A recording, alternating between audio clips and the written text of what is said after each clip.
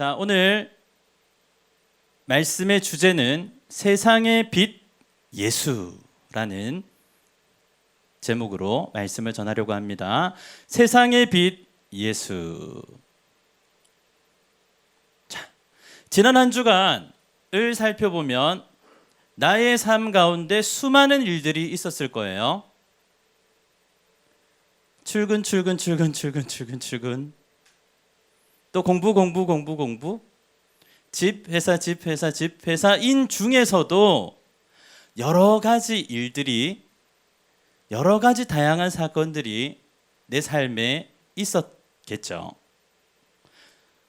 저는 여러 가지들이 있었어요. 풍경. 제가 여러분들을 대신해서 미리 여름 수련회에 가볼 만한 장소에 답사를 다녀왔습니다. 풍경이 얼마나 좋은지, 야, 진짜 우리 청년부와 이 자리로 오면 정말 좋겠다라고 하는 곳을 다녀왔어요.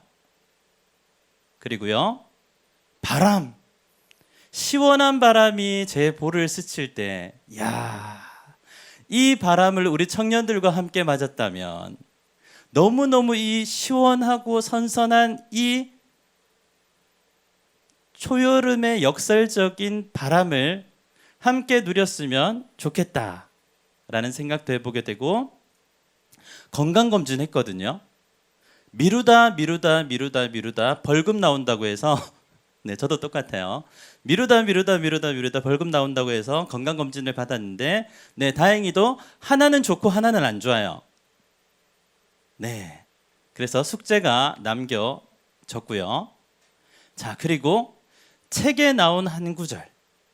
네, 우리 모 셀즈기님에게 제가 도전을 받고 책을 다시 읽어야 되겠다라는 생각을 했어요. 네, 이 자리에 계신데 모 셀즈기님 감사합니다. 덕분에 책을 읽고 있어요. 네, 책에 나온 한 구절이 완전히 딱딱하게 굳어버린 제 마음을 살살 녹여주는 것 같더라고요.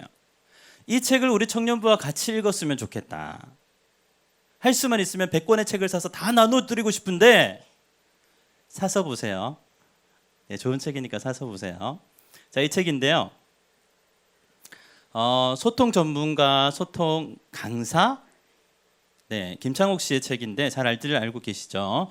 지금 사랑한다고 말하세요. 2024년도에 나왔으니까 네, 다 읽어보시지는 않았을 것 같아요. 네, 지금 사랑한다고 말하세요라는 책이 있습니다.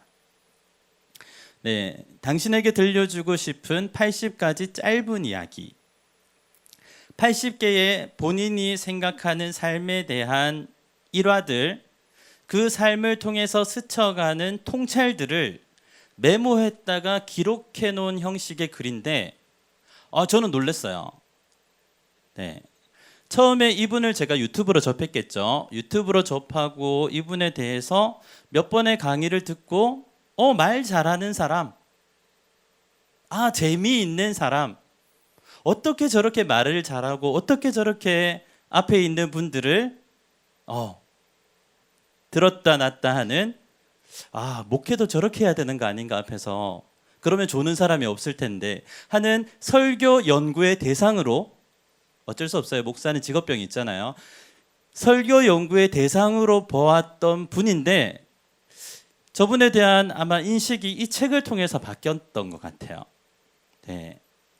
이분도 남다른 힘듦과 고난을 통해서 성숙의 과정이라는 것을 거쳤고, 그 성숙의 과정이 통찰이 되어서 그 통찰에서 얻어진 삶에 대한 이해가, 통찰에서 얻어지는 삶에 대한 깊은 이해가 같은 삶을 살아가고 있는 동시대의 모든 사람들에게 공감이라는 것을 얻게 하는 것 같아요. 설명을 잘 못해도 잘 알아듣고 계시리라고 생각합니다. 힘듦과 어려움을 통해서 자신이 경험한 삶에 대한 통찰을 진솔하게 이야기할 때 같은 힘든 삶을 살아가고 있는 사람들로부터 많은 공감을 얻게 되고 그것을 한 단어로 소통이라고 말을 하고 있는 것 같습니다.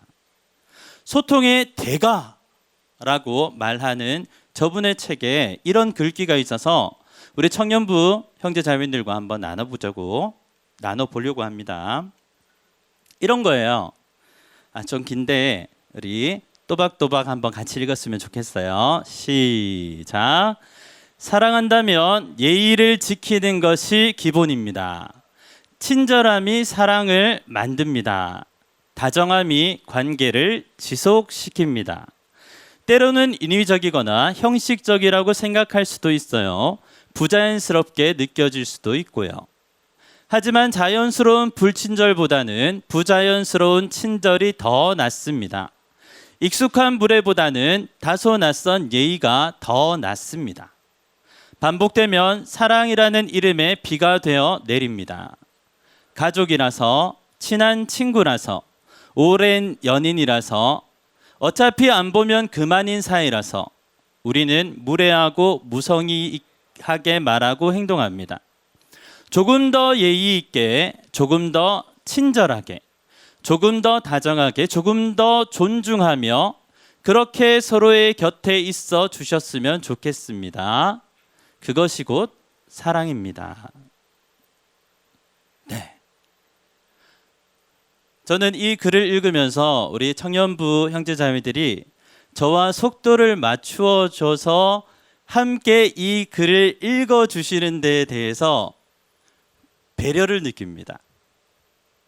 금방 읽죠. 왜 저렇게 늦게 읽어 하면서 쭉 눈으로 읽고 입을 꼭 다무실 수도 있는데 제 속도에 맞춰서 이 글을 읽어주시는 모습을 보면서 아, 사랑받고 있구나 라는 것을 느낍니다.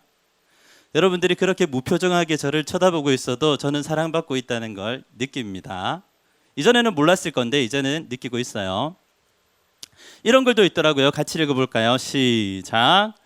삶을 사는 비결은 한 가지에 집중하는 것입니다. 산책을 가거든 걷기만 하고 차를 마시거든 차만 마셔보세요. 핸드폰은 꺼버려도 됩니다. 차를 목으로 넘길 때 퍼지는 잔향, 따뜻한 온도, 찻잔이 손에 닿는 느낌, 탁자에 다시 내려놓는 순간을 느껴보세요. 그때 호흡이 차분히 떨어지거든요. 뇌에 산소가 가장 많이 공급돼요. 그러면 삶의 문제에서 떨어져 나와서 자신의 삶을 바라볼 수 있습니다. 삶을 객관화해서 바라보게 되어요. 남다른 통찰 아닙니까? 네. 여러분, 삶을 사는 비결이 한 가지에 집중하는 거래요. 그거 할 때는 그것만 하래요. 찬양을 할 때는 찬양만 하래요. 이것저것 신경 쓰지 말고 말씀을 들을 때는 말씀에 집중해서 들어보래요. 기도를 할 때는 이렇고 저렇고를 떠나서 기도만 해보래요. 그러면 내 삶이 객관적으로 보여지게 되고 그에 대해서 내 삶이 다르게 반응할 수 있다는 그런 것이죠. 시작. 심각하게 있지 마십시오. 심각하면 생각은 계속 부정적인 방향으로 흘러가게 되어 있습니다. 그게 어른이 된 것은 아닙니다. 심각하게 있지 마십시오, 여러분. 여러분들이 설교 시간에 심각하게 앉아 계시면 저는 모든 생각했던 것들이 다 달아납니다. 네, 다 왔어요. 마지막입니다. 자, 삶에서 중요한 것은 같이 읽어볼게요. 시작. 삶에서 중요한 것은 첫 번째, 폐가 좋아야 합니다. 두 번째, 만약 폐가 안 좋다면 받은 삶에 대한 자세와 태도가 바뀌어야 합니다. 셋째, 마지막으로 중요한 것은 뒷폐입니다. 곧 은혜입니다. 무슨 얘기를 하냐면 자기가 인생을 보다 보니까 이런 사람도 있고 저런 사람도 있대요. 가지고 태어난 사람도 있고 못 가지고 태어난 사람도 있대요. 그래서 가지고 태어나고 좋은 교육의 기회를 받고 여러 가지 환경이 좋아서 좋은 말이 전수가 되고 좋은 삶의 태도를 가지고 좋은 방향으로 가는 사람들이 있고, 그렇지 못한 사람들은 여러 가지 어려움을 겪고 그것을 통해서 배워 나간대요. 객관적으로 이야기를 합니다. 가지고 태어난 사람들이 편안하다라고 이야기를 합니다. 그런데 하고 싶은 얘기는 두 번째죠. 만약 그 가지고 태어난 환경이 좋지 않다면 지금 내 삶을 직시하고 대하는 태도와 자세가 달라지면 된다 라고 얘기하는 것입니다. 그런데 첫 번째도 중요하고 두 번째도 중요하지만 세 번째만큼은 안 된다라고 얘기하고 싶은 거예요. 첫 번째도 좋고 두 번째도 좋지만 세 번째만큼은 안 되는데, 세 번째는 내가 보니까 뒤패. 뭐냐면 은혜다. 우리식으로 해석을 하면 하나님께서 부어주시는 특별한 은혜가 가장 크다라는 것을 소통의 전문가 김창옥 씨는 이야기를 하고 있습니다. 그래서 정리를 해보니 이렇다라는 거예요. 첫 회를 잘 받았다고 거만할 일도 아니고, 열심히 살았다고 두 번째죠, 방심할 일도 아닙니다. 우리가 할 수 있는 건 그저 매 순간 감사하고 겸허하게 삶을 대하는 일일 뿐입니다. 자, 여기까지 왔어요. 여기는 인생을 살아가면서 통찰력이 깊은 사람이 인생을 바라보고 그 인생에 대해서 나름대로 정리한 문구들이 기록된 책입니다. 3차원에서 일어나는 일들에 대한 통찰을 소통이 잘 되도록 기록한 글이에요. 여기까지는 그렇습니다. 많은 사람의 공감을 얻는 내용들입니다. 여기서 중요한 것은 우리는 마지막 플러스 알파, 요게 중요한 거죠. 우리에게 중요한 것은 지금 우리가 여기 이 자리에 모인 이유는, 우리가 토요일 저녁마다 예배를 드리는 이유는 삶에서 일어나는 모든 일들에서 삶으로 끝나는 것이 아니라 하나님께서 개입하시고 역사해 주시기를, 하나님께서 내 삶을 만지시고 일으켜 주시고 세워 주시기를, 지금 내가 겪고 있는 이 일에 하나님의 마음이 어떤 것인지를 알려고 하는 플러스 알파가 있어야 되는 것이죠. 그렇습니다. 영화를 보아도 목사의 눈으로 봅니다. 음악을 들어도 목사의 귀로 듣죠. 드라마를 보아도 성경적으로 해석하려고 노력을 합니다. 마찬가지로 예수를 믿는 우리들은 우리의 삶에 일어나는 작은 일들을 통해서 하나님의 마음이 어떤 것인지 알아가고 익혀가고 그것을 통해 하나님을 아는 그런 노력이 필요합니다.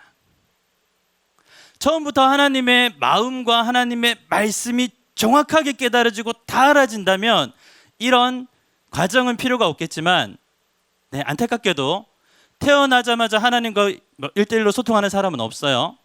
말씀을 통해, 예수를 통해 하나님을 알고 예수를 통해 하나님이 어떤 분이신지 배워가는 것, 끊임없이 알아가는 것.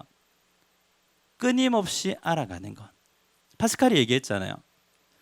우리의 70인생을 영원하신 하나님을 알아가는 기회로 삼아라.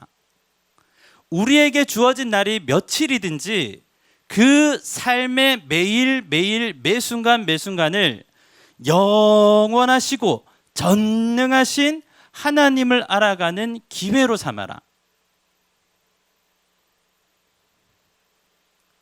자, 그렇다면 오늘 우리에게 주신 말씀을 통해서 하나님의 마음이 어떤 것인지, 오늘 우리에게 주신 말씀을 통해서 하나님의 마음이 어떤 것인지, 여러분, 하나님의 마음은 말씀을 통해서만 알 수 있습니다. 그러죠? 같이 한번 보도록 하겠습니다. 자, 우리 이제 말씀을 보는 거니까 같이 크게 읽습니다. 시작. 예수께서 길을 가실 때에 날 때부터 맹인된 사람을 보신지라. 쉬워요. 예수님께서 길을 가셨어요. 그런데 태어날 때부터 맹인인 사람을 봤다고 기록되어 있습니다. 와, 길을 가다 누구를 본 거예요? 우리도 매일 길을 가면서 어떻다 얘기하면서 보죠. 자, 그런 일 가운데, 자, 예수께서 길을 가실 때에 하나님의 아들, 전능하신 하나님의 아들, 우리에게 하나님을 보여주고 하나님의 나라를 가르쳐주고 이 땅에서 하나님 나라를 사는 법을 가르쳐 주시는 예수님께서 날 때부터 맹인된 사람을 보셨다. 어떤 일이 일어날 거예요. 같이 봅시다. 같이 읽습니다. 시작. 제자들이 물어 이르되 랍비여, 이 사람이 맹인으로 난 것이 누구의 죄로 인함이니까? 자기니까? 그의 부모니까? 예수께서 대답하시되 이 사람이나 그의 부모의 죄로 인한 것이 아니라 그에게서 하나님이 하시는 일을 나타내고자 하심이라. 아멘. 자, 2000년의 간격을 한번 뛰어넘어 보도록 하죠. 예수님과 예수님의 제자들이 이렇게 걸어 다니실 때의 그 상황을 제자들의 질문을 통해서 우리는 유추해 볼 수 있습니다. 어떤 내용이죠? 예수님과 제자들이 함께 길을 가다가 태어나면서부터 맹인인 사람을 봤어요. 그런데 그 제자들의 아주 즉각적인 반응이 뭐라고요? 죄인이네. 죄인이네. 저 사람 죄 때문에 그런 거네. 궁금증이 생깁니다. 자기의 죄 때문일까? 부모의 죄 때문일까? 인간의 생각과 상상은 거기서 거기. 자, 우리 한번 같이 해볼까요? 시작. 인간의 생각과 상상은 거기서 거기. 이 사람의 죄입니까? 아니면 그 부모의 죄입니까? 이겁니까? 아니면 저겁니까? 우리도 너무나 자주 그렇게 얘기하잖아요. 어떤 사람에 대해서 단정 짓고 이거 아니면 저거. 너무나 쉽게 그것마저도 우리가 알고 있는 아주 죄송합니다. 편협한 지식에 의거한 것이면서 그것은 인정하지 않고 내가 다 아는 것이냐 판단해버리고 평가해버리고 이것 아니면 저거라고 내가 길을 정해버리고 하는 일들이 많죠. 똑같습니다. 거기서 거기. 그런데 예수님께서 무엇을 말씀하시는지 우리 같이 보도록 합니다. 3절입니다. 시작. 예수께서 대답하시되 이 사람이나 그 부모의 죄로 인한 것이 아니라 그에게서 하나님이 하시는 일을 나타내고자 하심이라. 아멘. 자, 제자들이 생각하는 이 사람이 맹인인 것은, 태어날 때부터 맹인인 것은 죄라는 모든 사람들의 인식이 있는 시대에 그의 죄인지 그의 부모의 죄인지가 궁금했을 뿐인데 하나님께서는 그 모든 통념을 깨뜨리시죠. 이 사람의 죄로 인한 것이 아니다. 지금 우리 시대에 2025년에 눈이 안 보이는 사람이 앞에 있다고 해서 이 사람의 죄입니까? 그의 부모의 죄입니까? 막 이렇게 얘기를 안 하잖아요. 그런데 그 시대는 그렇게 얘기했다는 것이에요. 그 시대에는 그렇게 이야기했어요. 그런데 예수님께서는 그 시대에 오셨지만 그 시대를 뛰어넘으시는 분이죠. 그 곳에 사시지만 하나님 나라 가치관으로 말씀하시는 분이죠. 그래서 이렇게 가르쳐 주시는 것입니다. 이 사람이나 그 부모의 죄로 인한 것이 아니라 그에게서 하나님이 하시는 일을 나타내고자 하심이라. 예수님의 통찰력, 세상을 판단하는 예수님의 통찰력이 예수 믿는 우리 모두에게 있기를 소망합니다. 사람들은 이거 아니면 저거라고 이야기합니다.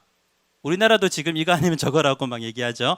그런데 그런 수준이 아니라 하나님의 나라, 예수님의 통찰력은 우리에게 무엇을 말씀하시는지 우리가 주의 깊게 살펴보아야 할 필요가 있는 것이죠. 자, 이어서 보죠. 시작. 때가 아직 낮음에 나를 보내신 이의 일을 우리가 하여야 하리라. 그때는 아무도 일할 수 없느니라. 내가 세상에 있는 동안에는 세상의 빛이로라. 아멘.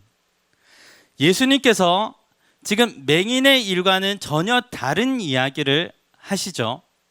사람들의 질문과는 전혀 다른 이야기를 하시는 것인데 완전히 본질적인 이야기를 하십니다.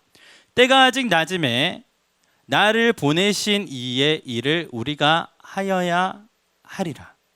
밤이 오리니 그때는 아무도 일할 수가 없느니라. 낮밤은 무엇을 얘기하냐면 낮은 아직 재림하시기 전에 역사가 마무리되기 그 이전의 것을 얘기를 하는 것이고, 어둠은 밤은 예수님이 재림하셔서 모든 것이 역사와 시간과 공간이 다 끝나는 것을 얘기하죠. 자, 그런데 내가 세상에 있는 동안에는 세상의 빛이다 라고 말씀하시는 것이죠. 예수님이 세상의 빛이시다 라고 말씀하시는 것입니다. 여러분 믿으십니까? 믿으세요? 예수님이 내 삶의 빛이고 이 세상의 빛이라는 것을 믿으십니까? 믿으시기를 축원합니다. 자, 우리 6절 7절 또 읽겠습니다. 시작. 이 말씀을 하시고 땅에 침을 뱉어 진흙을 이겨 그의 눈에 바르시고 이르시되 실로암 못에 가서 씻으라 하시니, 실로암은 번역하면 보냄을 받았다는 뜻이라. 이에 가서 씻고 말씀대로 밝은 눈으로 왔더라. 이 사건을 보면 굉장히 특이한 일이에요. 나면서부터 맹인된 자가 예수님을 만나고 실로암 못에 가서 씻었더니 그 눈이 나았더라. 눈이 멀었던 사람에게 집중하면 그저 한 사람에게 일어난 기적인데, 이 기적을 일으키신 예수님께 집중해서 이 본문을 보면 이 본문을 듣고 믿는 모든 사람의 눈을 열어주시는 말씀인 것을 우리가 알게 됩니다. 사랑하는 여러분, 예수님이 세상의 빛이신데 그것을 직접 오셔서 우리 가운데 말씀해 주셨는데, 그 말씀을 나는 세상의 빛이라 하고 끝났다면 진짜야? 할 수 있겠는데, 예수님은 말씀하신 그대로 표적과 증거로서 자신의 말씀을 확실히 증거하시는 분이시죠. 그래서 자신이 세상의 빛이다라고 말씀하신 다음에 아무것도 아닌 진흙으로 그의 눈에 바르시고, 실로암 못이 가까웠겠죠. 몇백 킬로를 가라고는 안 했을 거 아니에요. 실로암 못이 가까웠을 거라고 생각합니다. 실로암 못에 가서 씻어라. 아무것도 아닌 진흙을 발라서 아무것도 아닌 못에 가서 씻어라 라고 이야기하셨는데, 그렇게 되니 괄호를 해놨어요. 제가 이해하기 쉽게 괄호 볼까요? 이에 가서 씻고 말씀대로 밝은 눈으로 왔더라. 가서 씻고 말씀대로 밝은 눈으로 왔더라. 여러분, 이 나면서부터 40년 동안 앞을 못 보았던 그 사람을 빼도 됩니다. 누구든 저 자리에 들어가도 동일한 일이 일어나요. 어떠한 문제든 어떠한 아픔이든 저 자리에 저 사람의 위치에 갖다 놔도 똑같은 일이 일어날 거예요. 왜냐? 예수님께서 동일하시기 때문에. 사랑하는 여러분, 오늘 내 문제가 저 자리에 들어가면 똑같은 일이 일어날 겁니다. 못 보았던 사람이 보게 되고 못 들었던 사람이 듣게 되고 해결되지 않았던 그 문제가 해결되는 일이 오늘 일어나는 것입니다. 믿으십니까?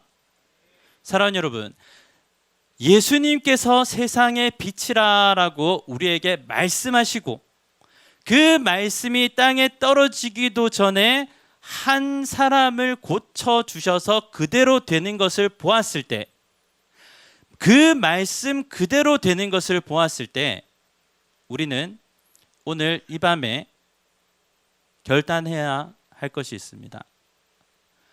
내게 주신 말씀을 붙들고 기도하리라. 내게 주신 말씀을 붙들고 기도하리라. 여러분, 40년 된 병자가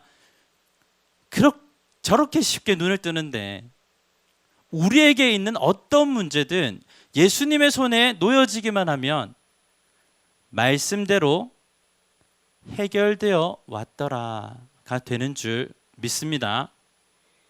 여러분, 우리가 응답받지 못하는 가장 주요한 이유들 중에 하나는 말씀을 듣고도 믿지 않기 때문입니다. 그 말씀 그대로 이루어짐을 믿지 않기 때문이에요. 저 사람에게는 일어났지만 나에게는 이라고 생각하는 그 생각 때문에 오늘도 나에게 일어나는 기적을 가로막고 있을 수도 있습니다. 여러분, 오늘 예수님은 분명하게 우리에게 말씀하십니다. 나는 세상의 빛이라고 말입니다.